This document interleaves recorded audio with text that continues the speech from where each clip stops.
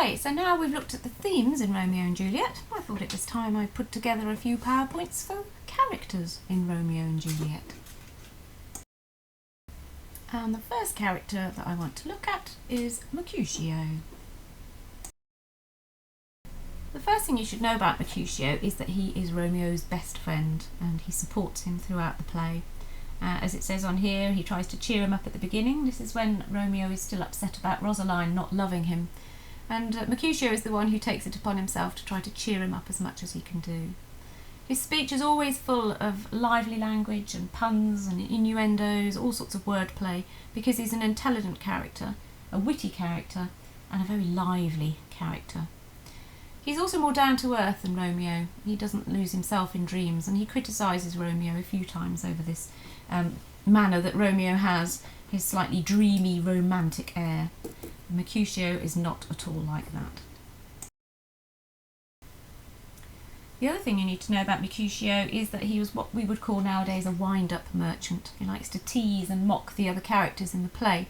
And it shows his energy and his intelligence, but it also shows a side of him that kind of likes to flirt with danger. He calls Tibott a rat catcher and king of cats, which is comes from a story with a cat character that was called Tibott, spelt differently but said the same, that was popular at the time. And he knew that it would be something that really annoyed Tibott, but he still did it because he just quite liked the arguments and the fights. His speeches are always full of wordplay. Even when he's dying and he's lying there, he says, "Ask for me tomorrow and you will find me a grave man," which is a play on the word grave being serious and obviously the place where you put dead people. When Mercutio dies, it feels a little bit like a balloon's been let down. All the energy sort of leaves the play, and this is the point where it starts to turn into the tragedy that you know it's going to end with. Up to this point, it's been quite a lively, fun, enjoyable play. Lots of wordplay, lots of flirting, lots of love, lots of romance, and then all of a sudden, death is involved, and it leads to a whole chain of events that leads to the end of the play too. It's a huge and important turning point. And when he dies, he reminds everybody the danger of the feud when he says, "A plague of both your houses." So the audience and anyone reading the play know that this is only the beginning of the events that are going to cause the real tragedy at the end. Now, if you think how this character links to the themes, I think you could link him to the theme of love, because he's got a very contrasting view of love to Romeo and his romantic view. He also hasn't got the courtly love that Paris has, so he's a whole different character. He's very down to earth, quite cynical about it. If love be rough with you, be rough with love. He also links to the theme of honour, because actually if he'd walked away from the fight, nothing else would have happened.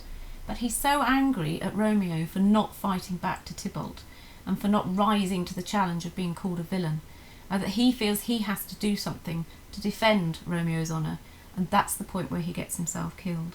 Makes you wonder whether Shakespeare actually thinks that honour is something that is pointless. That's something for you to think about. Also links to the theme of the feud, because if he hadn't been loyal to Romeo and his side in this feud, then he wouldn't have got involved in the argument, and again he wouldn't have been killed. So lots of links between Mercutio and the themes. Okay, the next character to consider is Tibott, the troublemaker of the group. So why is Tibott a troublemaker? Well, all the way through he's aggressive and he likes to cause problems. He's not like Mercutio in his playful way. He's much more aggressive in his confrontations and his dealings with other people. In Act 1 he insists on fighting Benvolio. At the Capulet ball, when he sees Romeo, he's absolutely furious and he really wants to fight him then. And it's only because Capulet almost physically restrains him that he doesn't actually do it. That's where he calls him a saucy boy, the bit that made you all giggle a little bit. And then he wants to challenge Romeo to this duel because Romeo went to the ball and he shouldn't have done. And he provokes him by calling him villain. He's absolutely adamant that he wants to fight him. But when Romeo refuses, he just fights the next person in line, which is Mercutio. So he is constantly on the lookout for fighting and aggression. It goes without saying that Tibott hates the Montagues. He's aggressive in every confrontation and every time he meets them, and he constantly wants to cause fights with the Montague family. But he must have a softer side to him because the family are devastated at his death. The nurse, Juliet and Lady Capulet, all of them are very fond of him, and so he must have some good qualities that we haven't seen. He is, however, a little bit of a cheat, and when he is fighting, he actually stabs Mercutio under Romeo's arm, which is a really sneaky way of doing things and quite sly, and something that the audience would really find distasteful. Tibott's main link to themes is to show how honour can be something destructive, because if you're too obsessed with keeping the honour of your family, you can take it to extremes, as Tibott does, which ends up with murder, death, aggression and fighting on the streets all the time. The next character I want to consider is Benvolio, who generally is somebody you would describe as a peacemaker.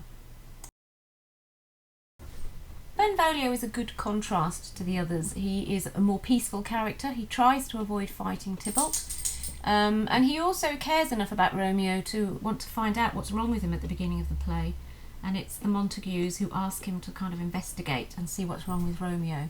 He's a kind and caring and generally very peaceful person. His loyalty continues throughout the play, and when Romeo has done what he's done to Tibott, he's the one who warns him and tries to sort the situation out and presents a very balanced and detailed explanation to the prince, which is probably one of the reasons why the prince decides that Romeo is only going to be exiled rather than executed. And he does try to avoid conflict. However, there is that scene where Mercutio is teasing him at one point in the play. Now, whether it's just that Mercutio is, as we've already said, a bit of a wind-up merchant, or whether it's a genuine thing, he does accuse him of having a hot temper, a hot and fiery personality. So there may be another side to him that he doesn't really show to us in the play. Benvolio, with his contrast to Tibott and to Mercutio, acts as a perfect foil for these characters, and he links to several of the themes as I've put on this slide here. So honour, the feud, love, and honour all over again. So, there are my thoughts and some notes for you on Mercutio, Tibott and Benvolio, the first three characters that we're going to do. There will obviously be more PowerPoints and more characters to follow.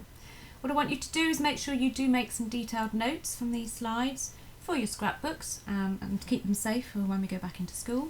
And make sure you do listen and read carefully, because there will be some questions to follow on these characters at a later point. Thank you.